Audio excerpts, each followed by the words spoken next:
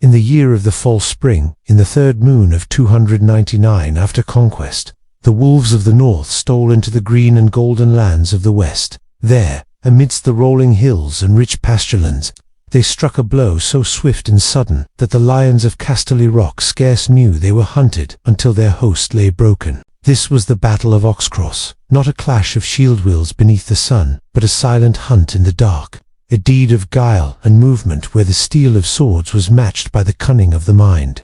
Many in the years since have sung of great battles, of drums that thundered, banners that shook in the wind, and lords crying their war cries as men clashed in open field. But Oxcross was not such a battle. It was a raid, a rout, a masterstroke of strategy that showed the realm the measure of Robb Stark, king in the north and trident. For here, far from the rivers and bogs of his home, he struck deep into the Lannister heartland, and left behind not only a trail of ruin, but a shadow of fear that would linger long after the swords were sheathed. The road to Oxcross, however, began far from the Westerlands.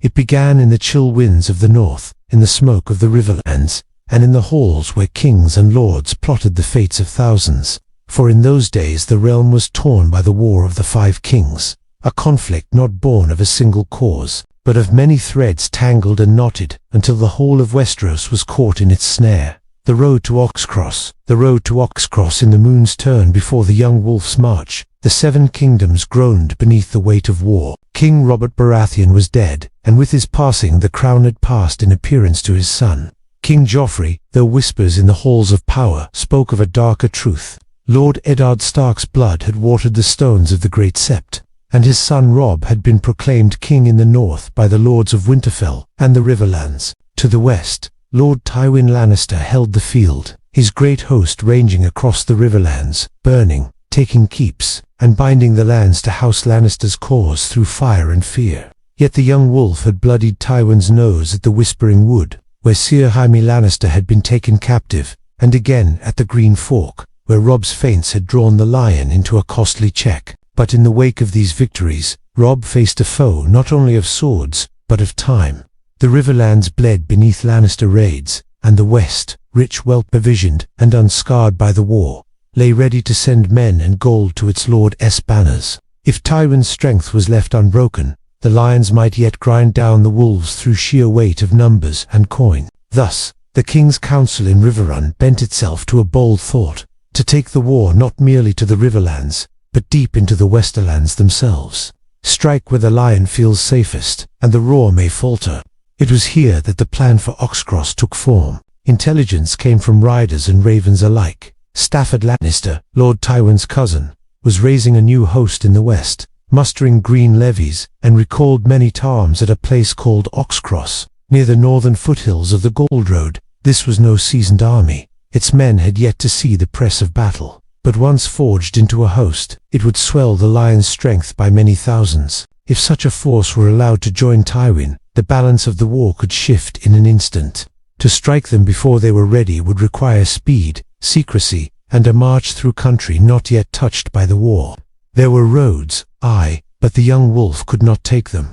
The Gold Road and the River Road were well watched, and the Lannister bannermen were no fools. Instead, Robb chose the way of the hunter, to move like a shadow through hill and wood, to go where no king's army had gone in living memory, and to fall upon Stafford's camp like a storm in the night. The march west. The plan was spoken in the quiet of Riverrune's solar under torchlight, with only Robb Stark's closest captains in attendance, the Blackfish, Sir Brynden Tully, Lord Rickard Karstark, Lord Roose Bolton, Calbart Glover, and the great Jon Umber, whose booming voice had to be reined to a whisper. Even among their own host, the true destination of the king's ride was kept close, for loose tongues can undo the sharpest steel. From the fords of the Red Fork, Robb led his chosen strength, not the whole of his army, but a swift hand-picked vanguard.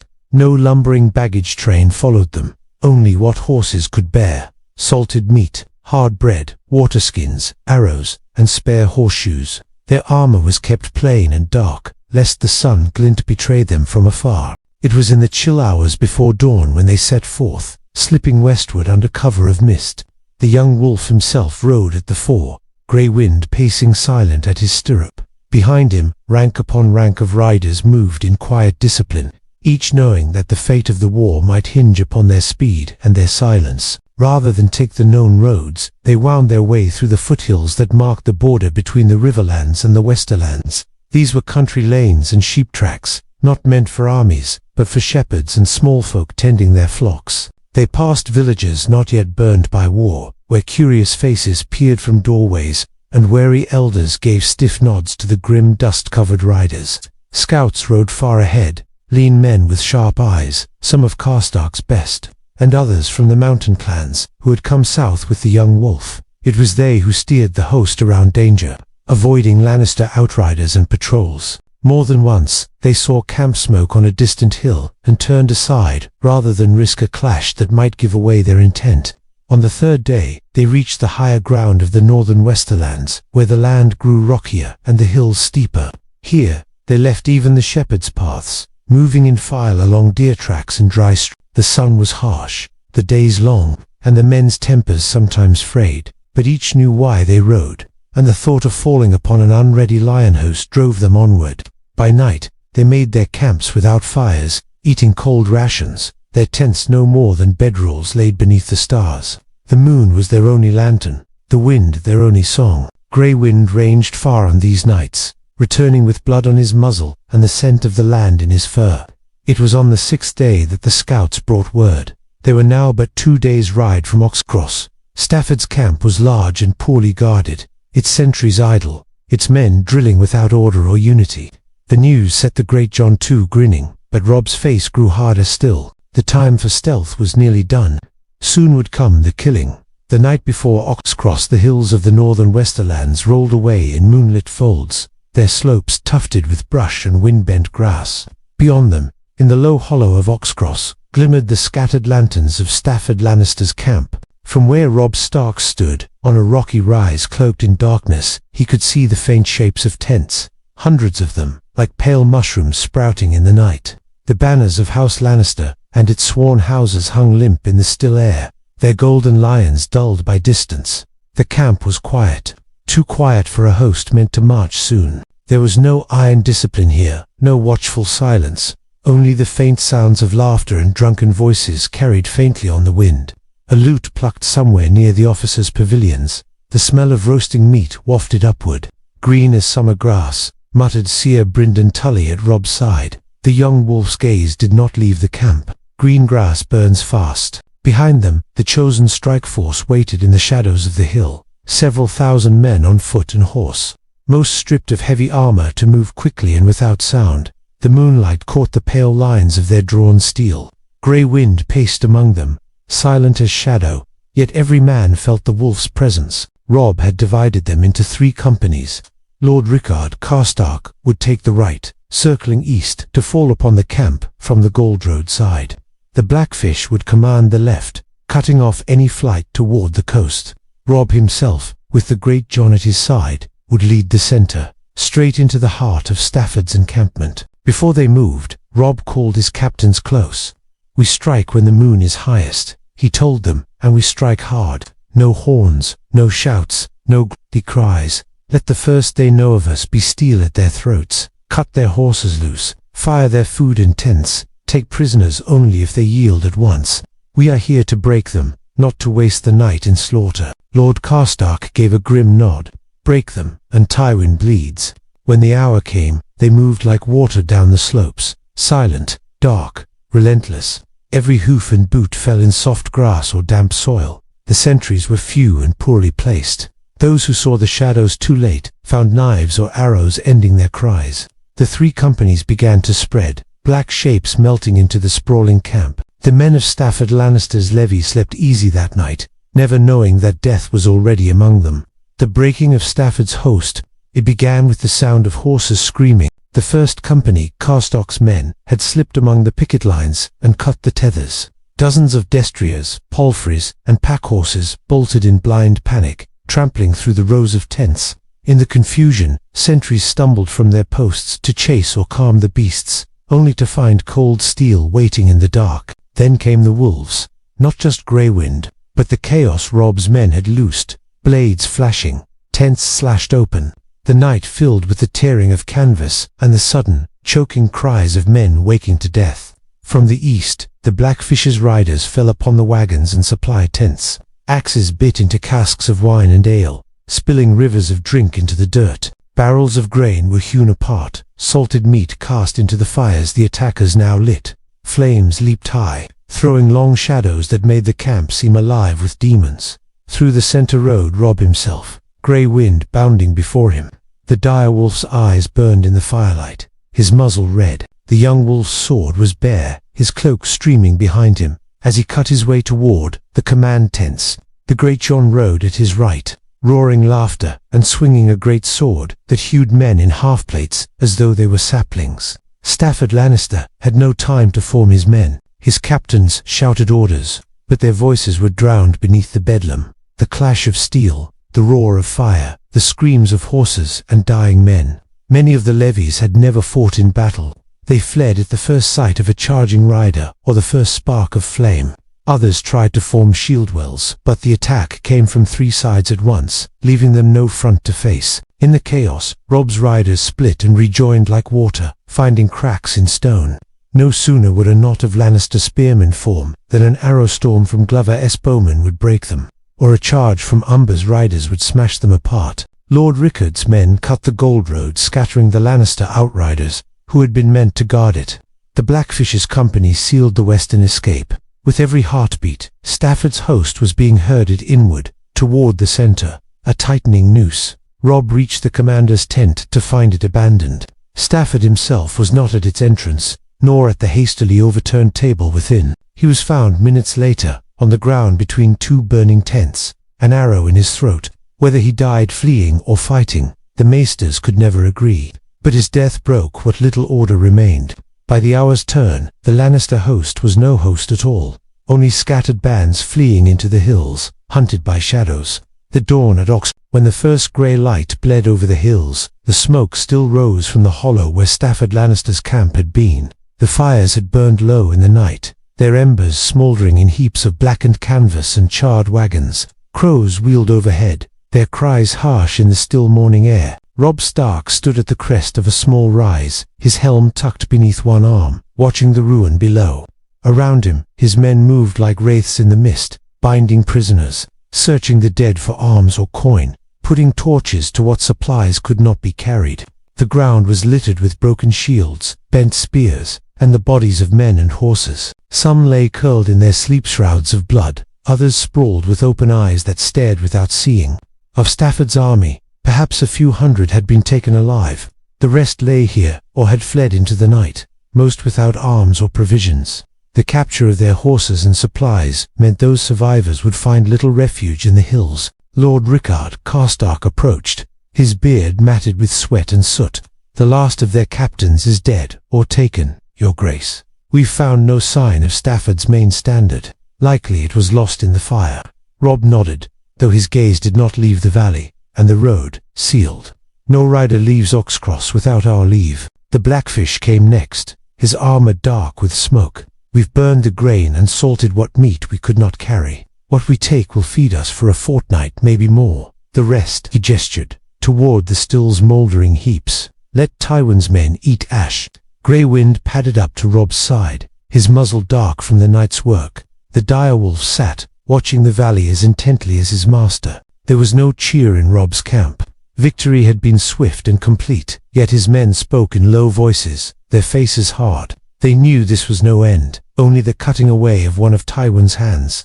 The lion still lived, and in living, would strike. Before midday, Robb gave the order to move. The young wolf would not linger to give Tywin Lannister a chance to bring his full strength to bear. Like the shadow that had come in the night, his host vanished into the folds of the land, leaving only the smoke and the crows to tell of what had passed. The echo of Oxcross, the word travelled faster than riders. By the second day after the battle, shepherds in the hills spoke of a host destroyed in the night, of the lion's banners burned to ash.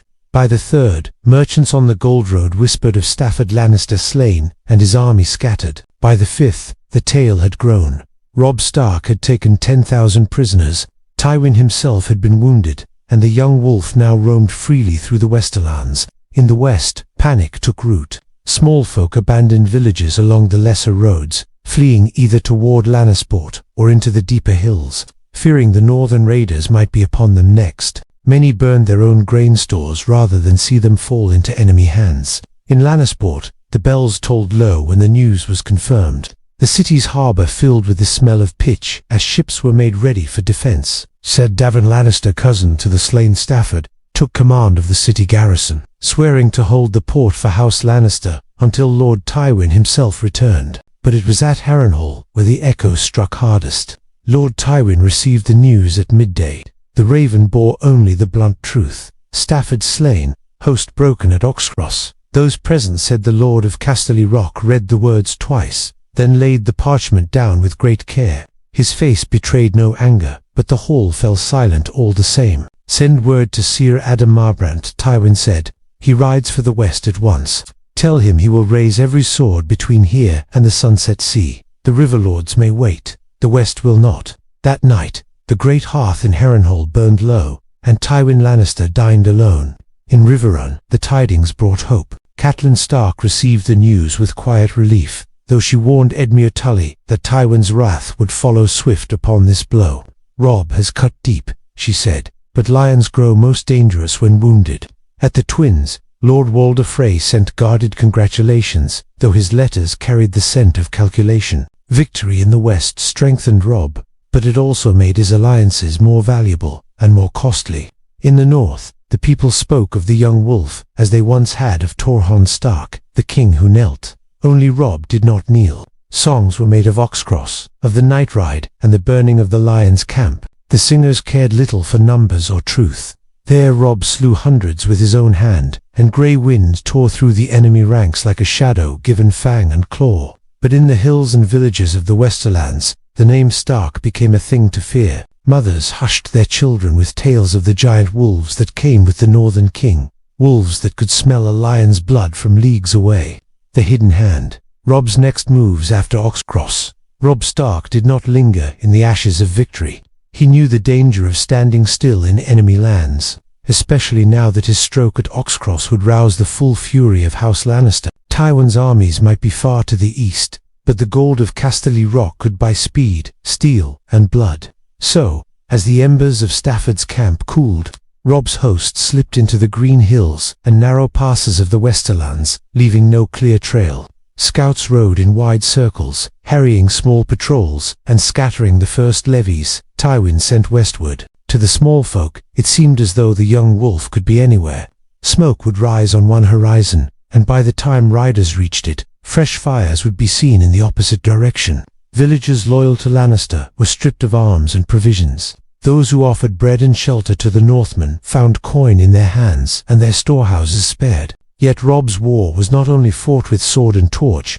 At every turn, his movements were guided by ravens and whispered tidings from within the enemy's own lands. Some came from discontented bannermen of the Rock, nursing old grudges against the Lannisters. Others from merchants who valued northern silver over western gold. Even within Lannisport, it was said a handful of tongues wagged for the right price. The Blackfish urged bolder strikes, a raid on the gold mines near Castamere perhaps, or a thrust toward the gates of Lannisport itself. But Robb kept his eyes on the greater war. A wolf does not bare his throat to the lion, he told his uncle. We'll bleed them, take what they cannot spare, and vanish before their claws close. Still, the Lannister counterstroke came faster than some expected. Sir Adam Marbrant's riders swept into the west, gathering survivors from Oxcross and calling the banners of every minor house sworn to the Rock. Word came of heavy horse moving north from the coast, and smaller hosts assembling at Craighall and Cornfield.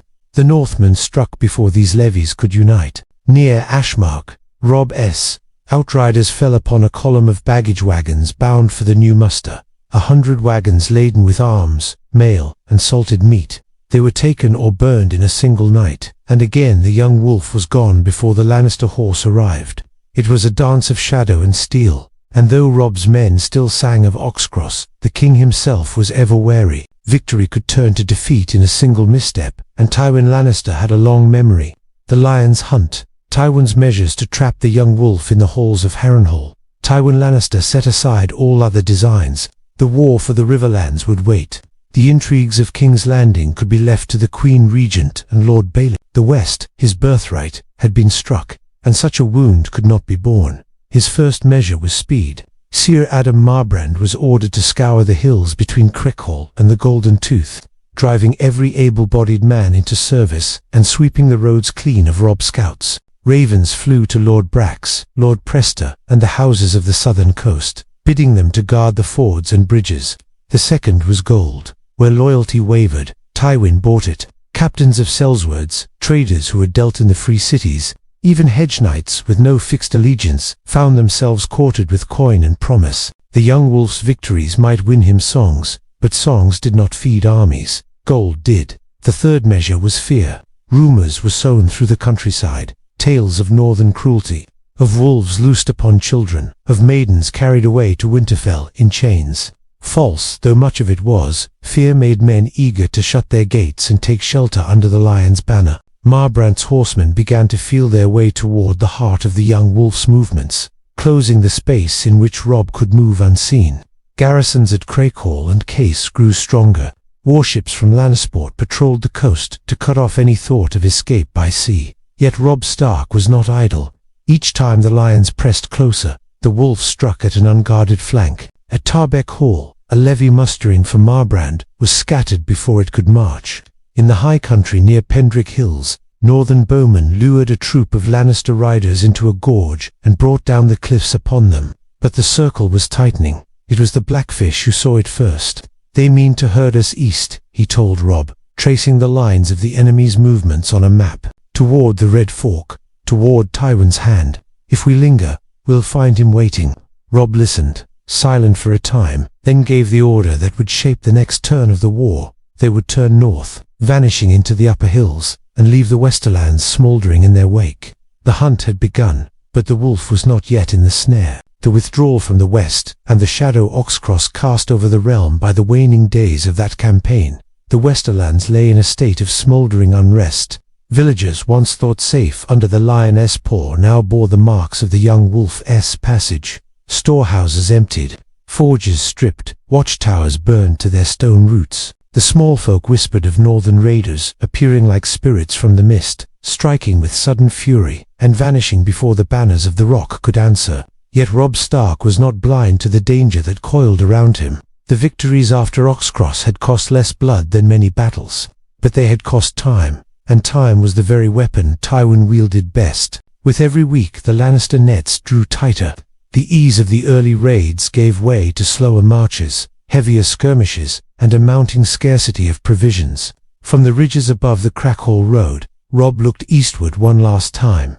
In those lands lay Casterly Rock, still unbreached, and Lannisport its harbour bristling with masts. To seize them now would require more men, more ships, and more time than he could spare.